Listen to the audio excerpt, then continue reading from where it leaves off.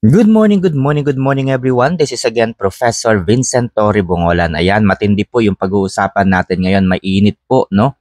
Yung ating tatalakayin ngayong araw. Pero unahin muna natin yung pinakang basic, no? Pinakang basic requirements. Okay, so ito kasing si DOJ Secretary Jesus Crispin Remulla ay ipinakita yung kanyang pagnanais na maupo sa Office of the Ombudsman kapalit po ni Ombudsman Samuel Martires.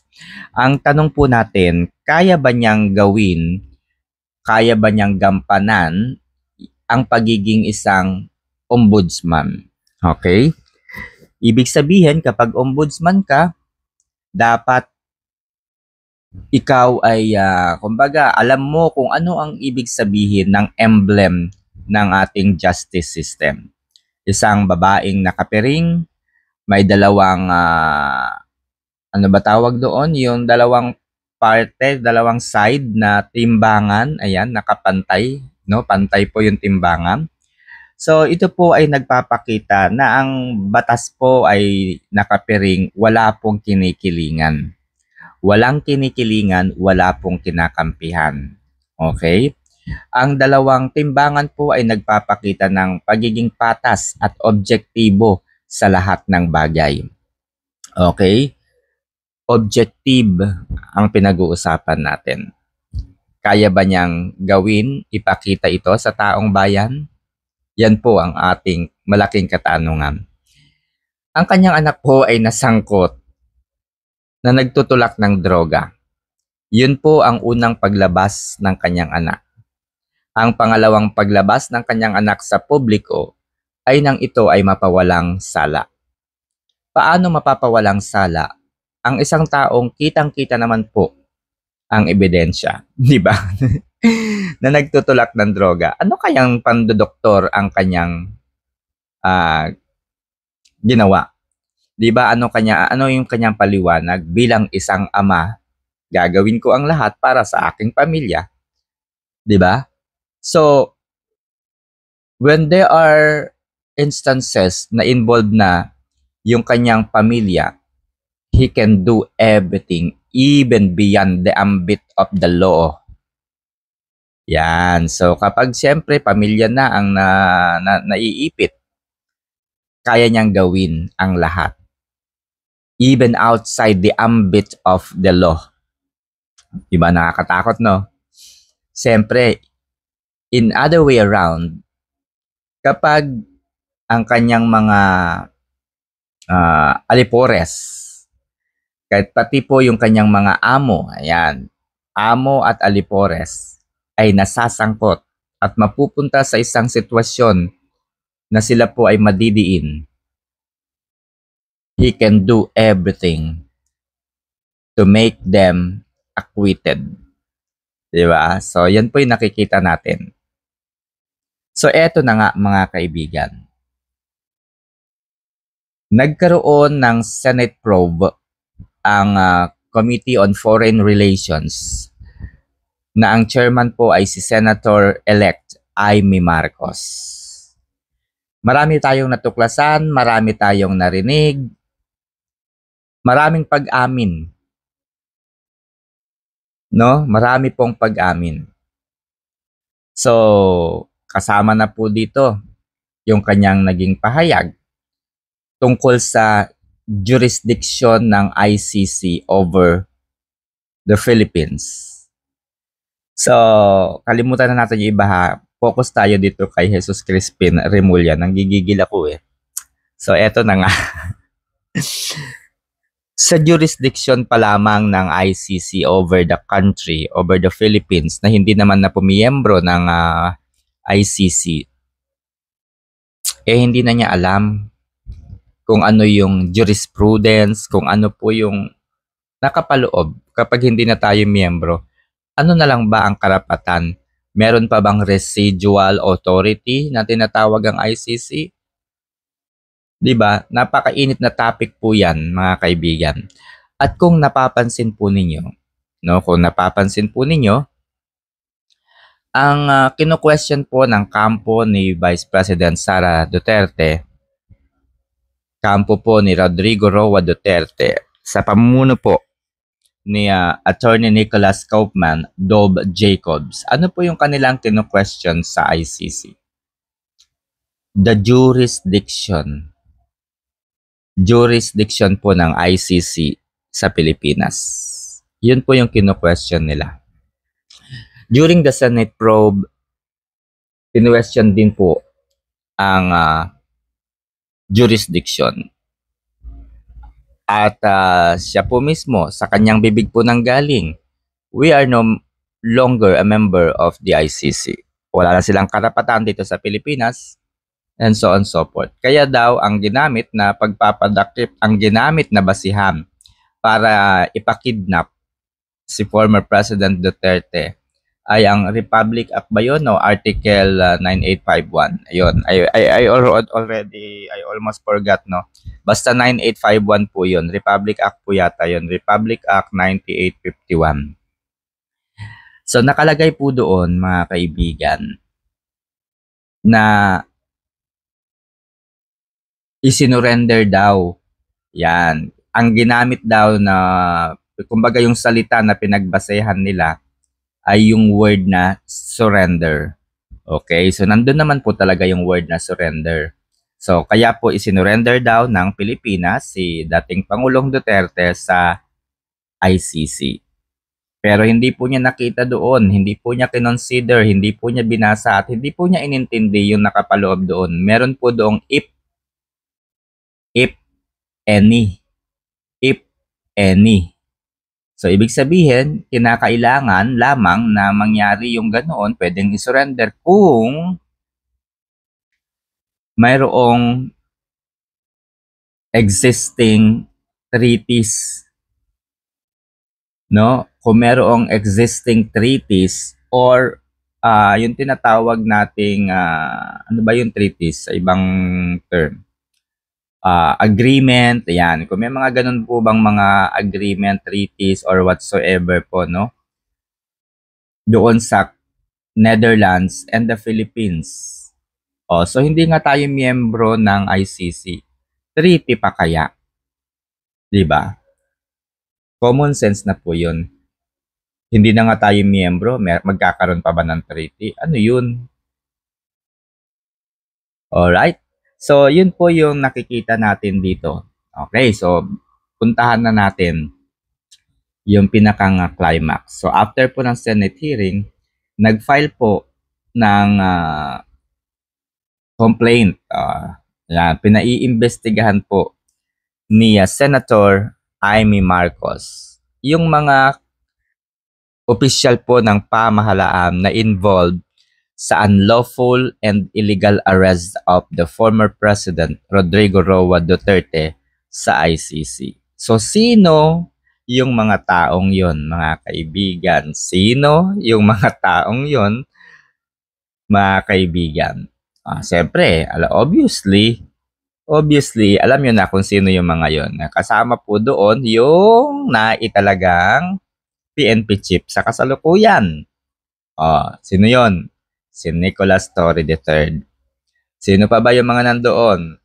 Si Marcus Lacanilao et al. Yan. Et al na lang para marami sila. So, kinukuha niya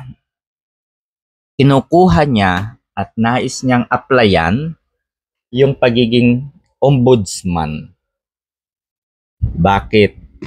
Dahil ang kanilang kaso ay matindi kapag nabaligtad po ang lahat. Kapag napawalang sala si Vice President Sara Duterte at nalampasan po niya ang issue tungkol sa impeachment na isinampas sa kanya ng Kamara de Representantes, alam nyo na ang kalalabasan. So, eto na nga, mga kaibigan. Matindi po ang pinag-uusapan ngayon dahil nga ang House of Representatives na kung saan ang chairman po ng Committee on Government and Accountability, ayan, Public Accountability, ay si Congressman Joel Chua. So si Joel Chua, yung House of Representatives ay nagsumite ng kanilang report sa Ombudsman. Okay, nagsumite po ng report sa Office of the Ombudsman. Ito na nga mga kaibigan, umaksyon ang Ombudsman at sinabi nga po ni Samuel Martires na anong gagawin namin dun sa report? 'Di ba? Alangan naman tanggapin namin. Tapos babasahin lamang namin at hindi namin ito aaksyonan. Aba, mga kaibigan, hindi po tama 'yun. Kasi bakit mo padadalhan yung isang opisina naman na wala namang kinalaman? Kung hindi ka magsasampa ng kaso, bakit kailangan mo magpadala ng report? 'Di ba? Wala pong ganun. Kasi ma-overuse po yung mga, kumbaga, maaabuso po yung tinatawag nating independency of the offices. Ay para mong ginago ang ating judicial system talaga pag ganun. Nag-file ka na sa NBI, nag-file ka na sa police, nag-file ka na sa DOJ, nag-file ka na sa DILG, nag-file ka na sa RTC, nag-file ka pa sa Supreme Court, parang tanga ka. 'Di ba? Kaya may mga pagkakataon lamang na hindi mo kinakailangang magbigay ng report sa isang opisina na hindi ka naman talaga nagpa-file ng reklamo. 'Di ba? Halimbawa, yung pinail po ni Senator Amy Marcos kaugnay po doon sa illegal and unlawful arrest of the former President Duterte. Saan po nag-file si Senator-elect Amy Marcos? Sa Office of the Ombudsman lamang po siya nag-file. Nagpunta po ba siya sa Supreme Court? Nagpunta po ba siya sa NBI? Nagpunta po ba siya sa Regional Trial Court? Sa Metropolitan Trial Court? Hindi. Sa Ombudsman lamang. Kailangan ba niyang padalhan ng copy furnished itong mga iba't ibang ahensya ng pamahalaan? No need. Hindi naman siya nagbigay ng kopya. Tama, di ba? So, ganun ba ang gustong mangyari ni Joel Chua? Papadalhan lamang ng report ang Ombudsman tapos wala lang? It's a waste of time. It's just a publicity para kunyari lumabas sa publiko. Ayan na si Inday Lustay, nagkalat na ang mga kaso sa kung saan saang korte sa Pilipinas. Meron na sa NBI, meron na po sa PNP, meron na po sa Ombudsman, meron na sa Supreme Court. Aba, ano yun? Kalukuhan. Isa lang. So, yun nga ang punto natin dito mga kaibigan. No? So, siyempre, nag-submit ng report sa Office of the Ombudsman. Siyempre, aaksyon ng Office of the Ombudsman. So, ngayon, ang naging mainit na topic, ayan, tinapik na po ito ng ilan sa mga eksperto. Pwede bang pagsabayin na kasuhan si Vice President Sara Duterte sa Office of the Ombudsman and at the same time ay mayroong impeachment case na kinakaharap? Alright, so ito po yung ito po yung punto ni Attorney Libayan. Kapag yung criminal complaint daw can go simultaneously, pwede naman daw yung simultaneously na pwedeng magsampa sa Ombudsman, pwede rin daw po sa impeachment. Yun po yung opinion ni Attorney Libayan.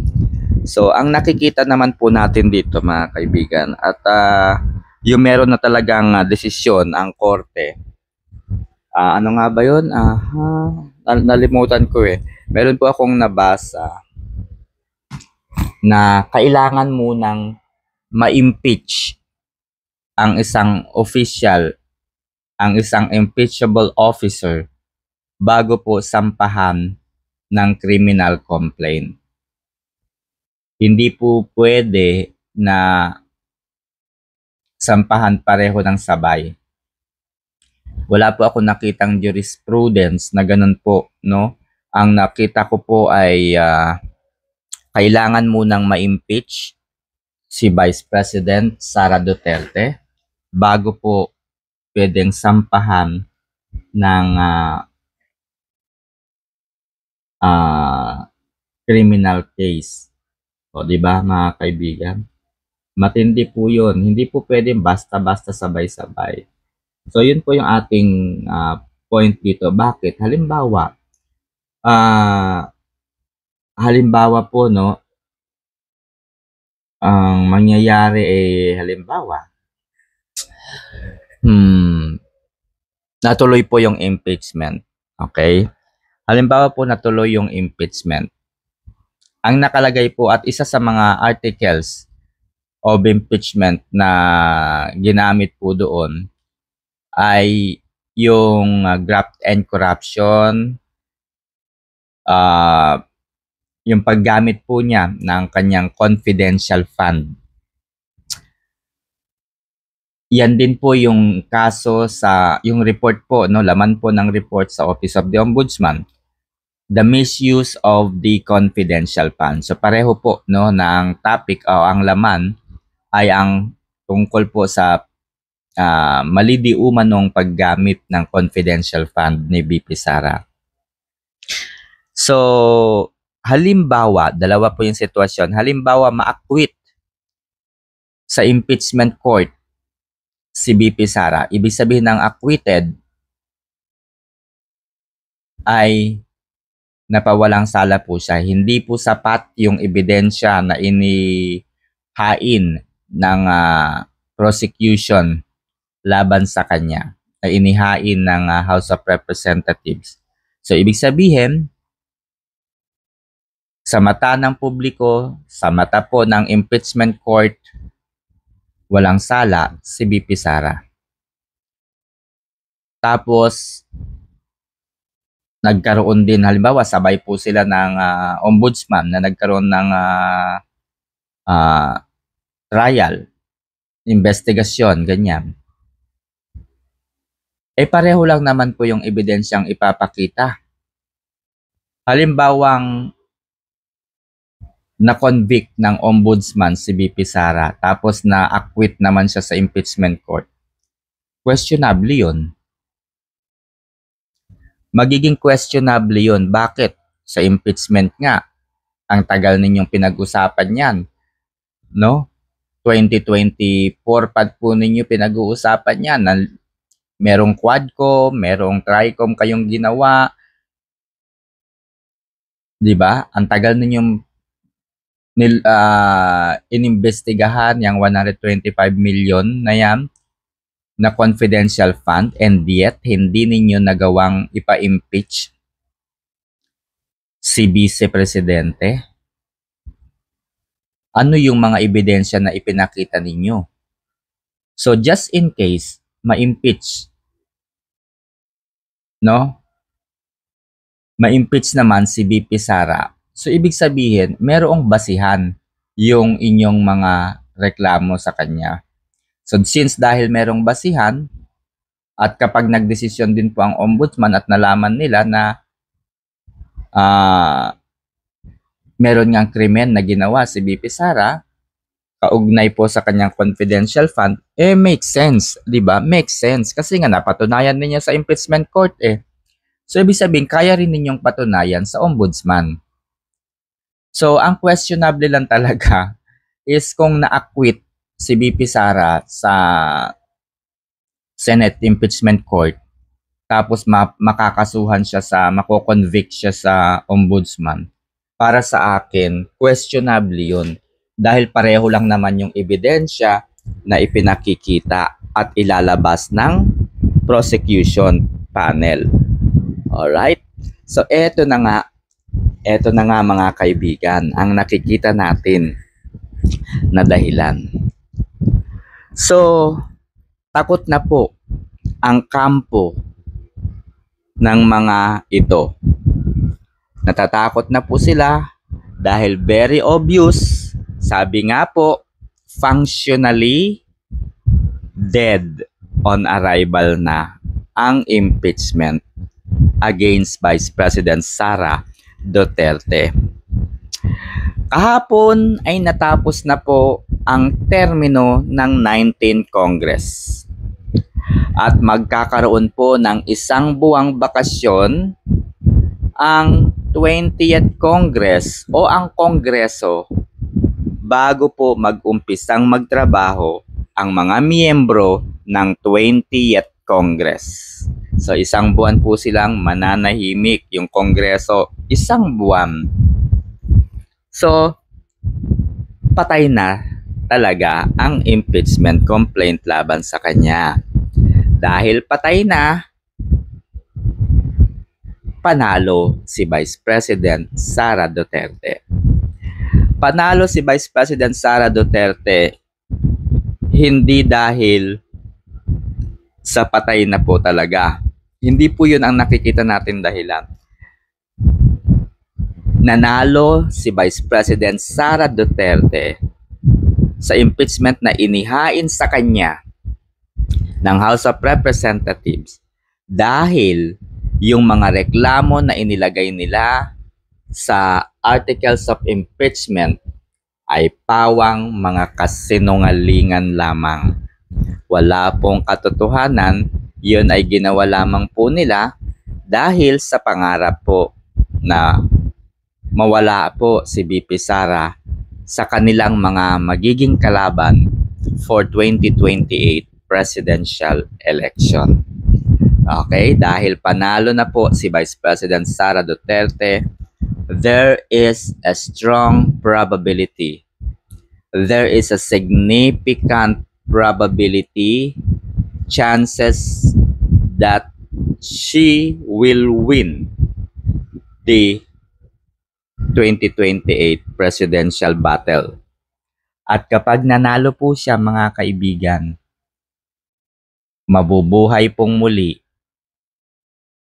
ang justice system sa Pilipinas.